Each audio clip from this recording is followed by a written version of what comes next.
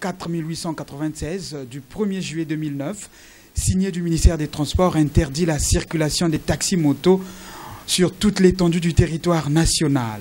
Cet arrêté est-il appliqué ou respecté dans tout le pays? Apparemment, non.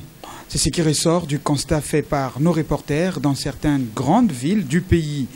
En dehors de Dolisie, la troisième ville du Congo qui avait mis fin à l'activité taxi-moto depuis le mois de décembre écoulé, d'autres villes comme Sibiti et Mosenjo ont visiblement du mal à interdire cette activité pour la raison que les réalités dans ces localités sont différentes par rapport aux grandes villes où le transport urbain est assuré par les bus et taxis. Les populations et les mototaximens de Sibiti et Mosenjo reviennent sur cet arrêté ministériel. Retirer, c'est bien, mais quelque part c'est mauvais parce que retirer, c'est parce qu'il y a les accidents, c'est bien vrai. Mais malheureusement, lorsqu'on va retirer les taxis-motos dans notre ville, nous avons beaucoup de jeunes aujourd'hui qui ne font absolument rien. Ça nous défend quand même. Quand on conduit des taxis-motos, si tu es responsable, si tu loues la maison, tu peux quand même te défendre. Il faut savoir que quand il y a plein de chômeurs dans les villages, soit dans les villes, il y a bourré de voleurs aussi.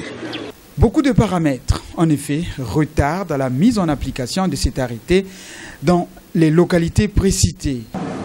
Quand le ministère a pris cette décision, nous avons dit au départ que c'est la bienvenue parce que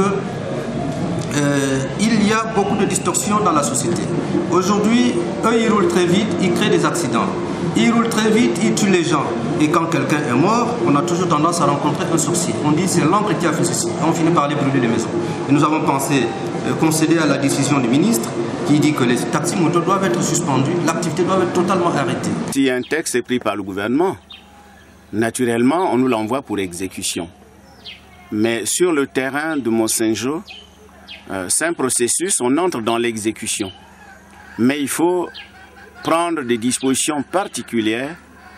C'est un processus, mais il ne faut donc pas qu'on entre dans l'exécution sans tenir compte des pesanteurs qui entoureraient une telle mesure si on l'applique de facto.